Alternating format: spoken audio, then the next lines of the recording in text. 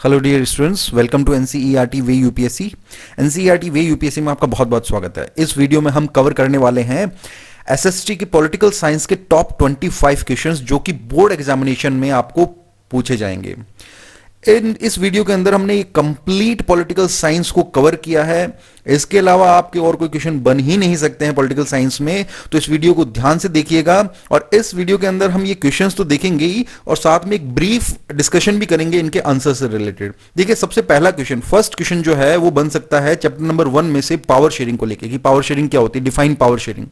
तो power sharing जो है वो क्या होती है और ये क्यों किसी भी कंट्री के लिए इंपॉर्टेंट है, why is it important for any country, give some reasons. So what is power sharing? Power sharing is distribution of the power between the institutions or with social community or with the levels of government। जो forms of power sharing होती है वो भी एक question बन सकता है। Important वो है आपका, जैसे देखिए third number question, explain the forms of power sharing, जिसमें डिफरेंट डिफरेंट टाइप की form of power sharing, vertical form of power sharing, horizontal form of power sharing. Vertical के अंदर लेवल्स के बीच में पावर शेयरिंग होती है, जब सेंटर, स्टेट और लोकल के बीच में, हॉरिजॉन्टल में जो ऑर्गन्स ऑफ गवर्नमेंट के बीच में पावर शेयरिंग होती है। उसके अलावा कम्युनिटी, सोशल ग्रुप्स के साथ पावर शेयरिंग, और उसके अलावा प्रेशर ग्रुप, पॉलिटिकल पार्टीज के साथ में power sharing. Second number question जो है Belgian model and Sri Lankan model of power sharing है, जिसमें बेल्जियम जो है उसने कौन सा model of power sharing opt किया था। उसने accommodative form of power sharing opt किया था, जहां पे पूरे देश के अंदर जो वहां का कॉम्पोजिशन है, जिसमें फ्लैमिश रीजन, वलूनिया रीजन, और वहां पे जो डिफिकल्टीज थी उसको किस तरीके से एक अकोमोडेटिव वे में उन्होंने टैकल किया कि वहां पे कम्युनिटी गवर्नमेंट होगी, सेंट्रल गवर्नमेंट होगी, उसमें सबको रिप्रेजेंटेशन जो है इक्वली होगा। जो कैपिटल है ब्रसल्स, उसके अंदर भी इक्वल रिप्रेजेंटेशन होगा। लेकिन दूसरा उसका अपोजिट मॉडल, जहां पे मेजोरिटेरियनिज्म ऑप्ट किया श्रीलंका ने, जिसकी वजह से बहुत डिफिकल्टी का सामना करना पड़ा श्रीलंका को। तो ये एक डिफरेंशिएट का क्वेश्चन बन सकता है, बेल्जियन मॉडल और Sri Lankan model form of power sharing. फिर देखिए चैप्टर नंबर 1 में से एक फोर्थ नंबर इंपॉर्टेंट क्वेश्चन बन सकता है vertical form power sharing. Specifically आपसे पूछ लिया तो लेवल्स ऑफ पावर शेयरिंग, उसको आप डिफाइन कर दोगे। प्रेशर ग्रुप क्या होता है, तो एक कोई भी ऐसा ग्रुप जब लोग जो हैं सरकार को प्रेशराइज करने के लिए एक साथ आते हैं, when such A group, that group all the people come together in the group to pressurize the government to implement their demands such as students union, farm unions, जो प्रोटेस्ट करते रहते हैं, डेमोन्स्ट्रेशन करते रहते हैं। देखिए ये इलेक्शन कॉन्टेस्ट नहीं करते हैं, इस वजह से ये पॉलिटिकल पार्टी से अलग है। ये एक क्वेश्चन भी बन सकता है कि प्रेशर ग्रुप पॉलिटिकल पार्टी के बीच में डिफरेंस। तो प्रेशर ग्रुप पॉलिटिकल पार्टी के बीच में क्या डिफरेंस है कि प्रेशर ग्रुप इलेक्शन कॉन्टेस्ट नहीं करेगा। अगर इलेक्शन कॉन्टेस्ट करेगा तो वो पॉलिटिकल पार्टी बन गया, वो फिर प्रेशर ग्रुप नहीं रहा। तो प्रेशर ग्रुप क्या है कि एक ऐसा ग्रुप जिसमें लोग जो है to pressurise the government to implement their demands, to raise their demands, to protest, demonstration, वो जो लोग साथ में आते हैं। पॉलिटिकल पार्टीज, प्रेशर ग्रुप्स में क्या डिफरेंट है ये हमने देख लिया, ये क्वेश्चन बन सकता है। अब देखिए चैप्टर नंबर 2 में से, चैप्टर नंबर 1 में से ये 5 इंपॉर्टेंट क्वेश्चन बन सकते हैं। चैप्टर नंबर 2 में से फेडरलिज्म क्या होता है, तो federalism distribution of power sharing centre state के बीच में।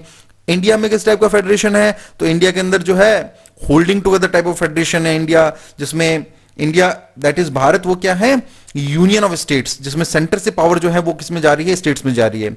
और इंडिया में फेडरलिज्म से रिलेटेड कौन सी प्रोविजंस अडॉप्ट किए हैं, तो आई होप आप सबको पता है जो लिस्ट का प्रोविजन है, 3 लिस्ट, सेंट्रल लिस्ट, जो यूनियन लिस्ट है, स्टेट लिस्ट है एंड कॉन्करेंट लिस्ट है।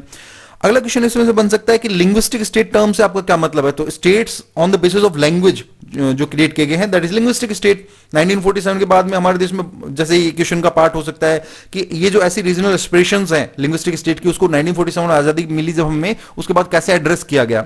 तो हमारे यहाँ पे स्टेट रीऑर्गेनाइजेशन कमीशन बना। स्टेट रीऑर्गेनाइजेशन कमीशन जो है उसने इस चीज को टैकल किया। 1956 में एक एक्ट आया, फिर 14 स्टेट्स और 6 यूनियन टेरिटरीज जो है वो फॉर्म की गई। आंध्र प्रदेश जो था वो पहला स्टेट था लैंग्वेज के बेसिस पे बनने वाला। लैंग्वेज पॉलिसी क्या है इंडिया की, तो इंडिया की लैंग्वेज पॉलिसी में जो शेड्यूल लैंग्वेज है उनका प्रोविजन आपको पता होना चाहिए। 8 शेड्यूल में जो शामिल की गई लैंग्वेजेस हैं, टोटल 22 लैंग्वेजेस हैं। उसके अलावा जो है हमारी कोई नेशनल लैंग्वेज नहीं है, ऑफिशियल लैंग्वेज है इंग्लिश और हिंदी। हिंदी को नेशनल लैंग्वेज क्यों नहीं बनाया गया, क्या डिफिकल्टीज आई, वो क्वेश्चन बन सकता है। 9 नंबर क्वेश्चन है कि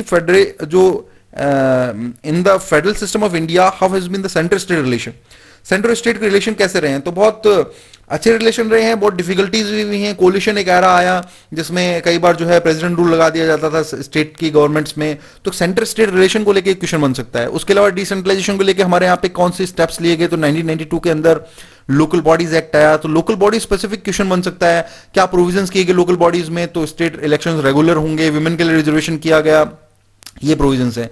उसके अलावा इंडिया जो है स्टिल बीइंग इंडिया नहीं, पूरा all over the world globe की अगर हम बात करें तो उसके स्पेसिफिक ये क्वेश्चन बन सकता है 11 number. Still being a patriarchal society women face disadvantage, discrimination and operation in various ways, critically analyse the statement with facts. तो आपको क्रिटिकली एनालाइज करना है इस स्टेटमेंट को कि हमारी सोसाइटी जो है वो एक पेट्रियार्कल सोसाइटी है, मेल डोमिनेटेड सोसाइटी है, तो किस तरीके से वुमेन जो है डिसएडवांटेज फेस करती हैं। इसमें फैक्ट्स आप पुट कर सकते हो, लाइक जो वर्क कंडीशन है या जो वर्किंग जो एरिया होता है वहां पे वुमेन के साथ डिस्क्रिमिनेशन होता है, इक्वल वेजेस नहीं मिलता। उसके अलावा पब्लिक डिवीजन ऑफ लेबर है जिसमें माना जाता है डोमेस्टिक कोर्स जो है वुमेन करेगी, पब्लिक जो आउटसाइड वर्क है वो वुमेन नहीं करेंगी। ये इसमें आंसर का पार्ट हो सकता है। अगला क्वेश्चन है political representation of women is very less, needs to be address, justify the statement. Women reservation bill का इशू जो है वो स्पेसिफिकली पूछा जा सकता है। तो पॉलिटिकल रिप्रेजेंटेशन बहुत लेस है। जो हमारी लास्ट लोकसभा जो थी इंडिया के अंदर, अभी जो हम लास्ट लोकसभा जो बनी है, मतलब जो अभी करंट लोकसभा है उसके अंदर कितना 14% के करीब जो वुमेन रिप्रेजेंटेशन है। हम बात कर रहे हैं 50% पॉपुलेशन की रिप्रेजेंटेशन है, 14%। कुछ स्टेट्स ऐसे हैं जहां पे लेजिस्लेटिव असेंबली के अंदर 5% रिप्रेजेंटेशन है वुमेन का। तो ऑब्वियसली हमारी सोसाइटी जो है उसके अंदर पॉलिटिकल रिप्रेजेंटेशन वुमेन को बढ़ाया जाना चाहिए। बहुत सारी कोशिशें हुई हैं, जैसे लोकल बॉडीज के अंदर 1/3 रिजर्वेशन दे दिया वुमेन को, लेकिन अभी भी बहुत इशू चल रहा है लेजिस्लेटिव असेंबली के अंदर और पार्लियामेंट के अंदर, लोकसभा के अंदर। जैसे वुमेन रिजर्वेशन बिल वो पास नहीं हो पाया, बहुत लंबे टाइम पीरियड से जो है वो पेंडिंग है। तो इसके स्पेसिफिक क्वेश्चन पूछा जा सकता है। अगला क्वेश्चन है व्हाट इज कम्युनलिज्म। कम्युनलिज्म क्या होता है उसको डिफाइन करना। तो कम्युनिटी के बेसिस पे जो पॉलिटिक्स होती है, रिलीजन स्पेसिफिक, उसको आप कम्युनलिज्म रेफर करोगे। पॉलिटिक्स के अंदर एक ऐसी फॉर्म लेता है, तो ऑब्वियसली रिलीजन के नाम पर जो है मोबिलाइजेशन जब लोगों को किया जाता है, इन सारी चीजों को आप एक्सप्लेन कर सकते हो। Differentiate between caste in politics and politics in caste, बहुत अच्छा और इंटरेस्टिंग क्वेश्चन है। Caste in politics and politics in caste. तो कास्ट इन पॉलिटिक्स का सिंपल सा मतलब है कैसे कास्ट जो है वो पॉलिटिक्स के अंदर अपना रोल प्ले कर रही है, कि कास्ट स्पेसिफिक डिस्ट्रीब्यूशन किए जाते हैं। पॉलिटिकल पार्टीज जो है जब सीट डिस्ट्रीब्यूशन करती है, टिकट डिस्ट्रीब्यूट करती है, तो कास्ट को जो है वो कंसिडर करती है कि कौन सी कास्ट किस पर्टिकुलर कॉन्स्टिट्यूएंसी के अंदर डोमिनेटेड है, तो उसको जो है टिकट्स दी जाए ऐसे पर्सन को जो बिलोंग करे उस कास्ट से। कास्ट के बेसिस पे मोबिलाइजेशन होता है लोगों का, कास्ट के बेसिस पे कि पॉलिटिकल पार्टीज बनी है। तो ये सारा कास्ट इन पॉलिटिक्स हो गया। पॉलिटिक्स इन कास्ट का मतलब है कि कास्ट के अंदर भी कई सारी कास्ट, सब कास्ट अपना डोमिनेशन के लिए जो है एक दूसरे कास्ट के साथ में कोलिशन करती हैं, जैसे दलित ग्रुप्स हैं या पिछड़ों का ग्रुप है, इस तरीके से। तो ये हो गया पॉलिटिक्स इन कास्ट। अगला क्वेश्चन है what is a political party, define its component. Political party क्या होती है? तो जब group of people come together to contest election, when group of people come together to contest election, such group is referred as political party. इसके component क्या होते हैं? Leaders, active members and followers, उसको आप डिफाइन कर सकते हो। Functions क्या पॉलिटिकल पार्टी के, अगला क्वेश्चन बन सकता है। Explain function of political party, कौन से चैलेंज पॉलिटिकल पार्टी जो है वो फेस करती है। तो फंक्शंस वेरी सिंपल है, टू कॉन्टेस्ट इलेक्शन। उसके अलावा लॉ मेकिंग प्रोसेस के अंदर फंक्शन जो है शेपिंग पब्लिक ओपिनियन, ये फंक्शन हो सकता है पॉलिटिकल पार्टी के। और भी बहुत सारे फंक्शन जो है वो पॉलिटिकल पार्टीज के हैं। वो डायरेक्ट जो है एक इंस्टीट्यूशन, ऐसा इंस्टीट्यूशन है पॉलिटिकल पार्टी जो डायरेक्टली जो है वो कनेक्टेड है विद द पीपल। उसके अलावा जो है चैलेंजेस कौन से हैं, तो जो डायनेस्टिक सक्सेशन का चैलेंज हो सकता है, लैक ऑफ इंटरनल डेमोक्रेसी, बहुत सारे इस तरीके के चैलेंजेस जो हैं वो हैं पॉलिटिकल पार्टीज के सामने।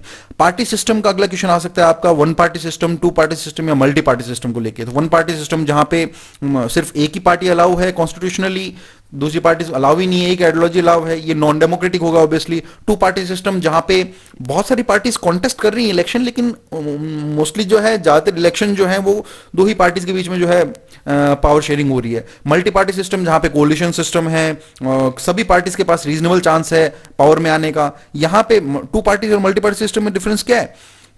टू पार्टी सिस्टम में बहुत सारी पार्टीज इलेक्शन कॉन्टेस्ट करती है, लेकिन पावर शेयरिंग सिर्फ दो पार्टी के बीच में हो रही है। और मल्टी पार्टी सिस्टम में पावर शेयरिंग कोलिशन सिस्टम या इस तरह के सिस्टम भी है।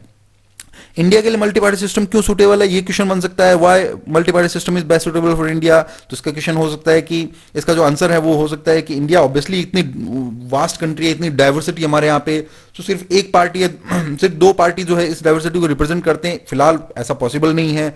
और कोलिशन सिस्टम जो है वो पॉलिटिक्स में देखा गया है कि बहुत उसके फायदे भी हैं। तो ये सारे रीजन है जिसकी वजह से इंडिया जो है, इंडिया में मल्टी पार्टी सिस्टम जो है सूटेबल है। इंस्टीट्यूशनल रिफॉर्म्स कौन से में, ये क्वेश्चन आ सकता है आपका नेक्स्ट, कि which institutional reforms have taken place for the party system in India. ये chapter number 6 political parties chapter में से। Give some suggestion to reform the political parties, ये किसका पार्ट हो सकता है? तो इंस्टीट्यूशनल रिफॉर्म्स हमारे यहाँ पे एंटी डिफेक्शन बिल एंड जो आया था, उसके अलावा जो है आपका एफिडेविट का प्रोविजन जो है ये हो सकता है। सजेशंस में जो फंड्स वगैरह हैं उनमें ट्रांसपेरेंसी होनी चाहिए पॉलिटिकल पार्टीज की, और ऑर्गेनाइजेशनल इलेक्शंस होने चाहिए ट्रांसपेरेंट तरीके से। कई सारी और सजेशंस हो सकती हैं।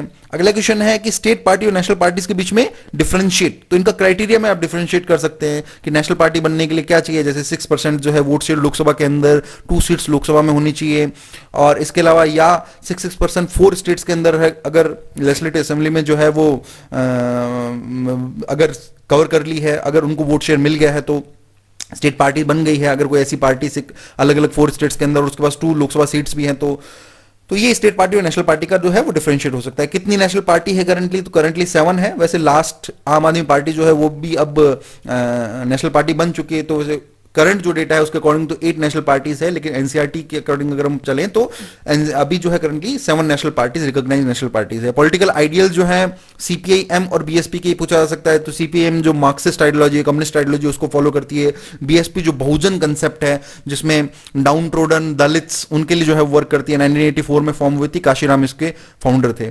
How accommodation of social diversity be achieved, social diversity को अकोमोडेट कैसे किया जा सकता है, तो मेजोरिटी ओपिनियन जिसमें माइनॉरिटी को कंसिडर किया जाए, उनको एड्रेस किया जाए, और माइनॉरिटी के पास भी चांस हो कि वो मेजोरिटी बन सके पॉलिटिकली। ये मतलब है यहां पे पॉलिटिकली वो मेजोरिटी बन सके, कि डिफरेंट कोलिशन फॉर्म्स हो, ग्रुप्स फॉर्म हो, और वो हर किसी के पास में चांस हो कि वो पावर में आ सके, गवर्नमेंट फॉर्म कर सके। ये कोई जरूरी नहीं किसी एक पर्टिकुलर रिलीजन स्पेसिफिक या कम्युनिटी स्पेसिफिक कोई प्राइम मिनिस्टर बने या गवर्नमेंट फॉर्म करे, ऐसा नहीं। तो यही एक ब्यूटी होती है डेमोक्रेसी की। तो ये एक सोशल डाइवर्सिटी इस तरीके से अकोमोडेट की जा सकती है।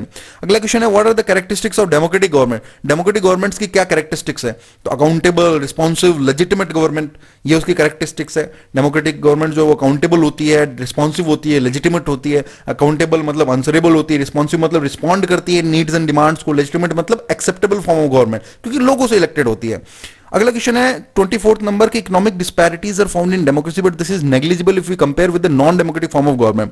ये जो इकोनॉमिक डिस्पैरिटीज हैं ये जो है डेमोक्रेसीज के अंदर देखने को मिलती है अगर हम कंपेयर करें non democratic form of government से। डिक्टेटरशिप में ग्रोथ रेट जो है वो बहुत ज्यादा हो सकता है कंपेयर करें हम डेमोक्रेसी से, लेकिन बहुत ज्यादा मतलब कि इनके बीच का जो ग्रोथ रेट में डिफरेंस है इतना भी बहुत ज्यादा नहीं है कि आप इसको कंसिडर करो, तो ये नेग्लिजिबल है जिसमें ग्रोथ रेट के बीच में एक माइनर डिफरेंस है, लेकिन जो दूसरे फायदे हैं डेमोक्रेसी के अंदर वो बहुत ज्यादा है, इसलिए इसको आप नेग्लेक्ट कर सकते हो इस पर्टिकुलर पार्ट को कि इकोनॉमिक जो है ग्रोथ वो डिक्टेटरशिप के अंदर, मिलिट्री लीडरशिप में भी ज्यादा है। तो ये एक अच्छा क्वेश्चन है।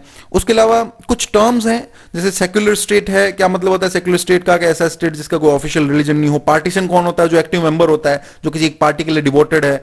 पार्टीशनशिप, अब जो वो एक्टिव मेंबर है वो एक ऐसा टेंडेंसी फॉलो करेगा कि वो पार्टी से अलग लाइन नहीं ले सकता, तो उसको पार्टीशनशिप आप रेफर करते हो। ऑक्यूपेशनल मोबिलिटी, ये कई सारी कास्ट जो है पहले सर्टन मीनियल जॉब्स करती थी, अब वो जो है स्विच हो रहा है ऑक्यूपेशन, तो ये ऑक्यूपेशनल मोबिलिटी हो गया। प्रेशर ग्रुप हमने ऑलरेडी डिस्कस कर लिया कि कोई भी ऐसा ग्रुप जो क्या करता है, सरकार को प्रेशराइज करता है अपनी डिमांड्स को एक्सेप्ट करवाने में, जैसे स्टूडेंट यूनियंस हैं, फार्म यूनियंस हैं। तो ये आपके इंपॉर्टेंट टॉप 25 क्वेश्चंस हैं।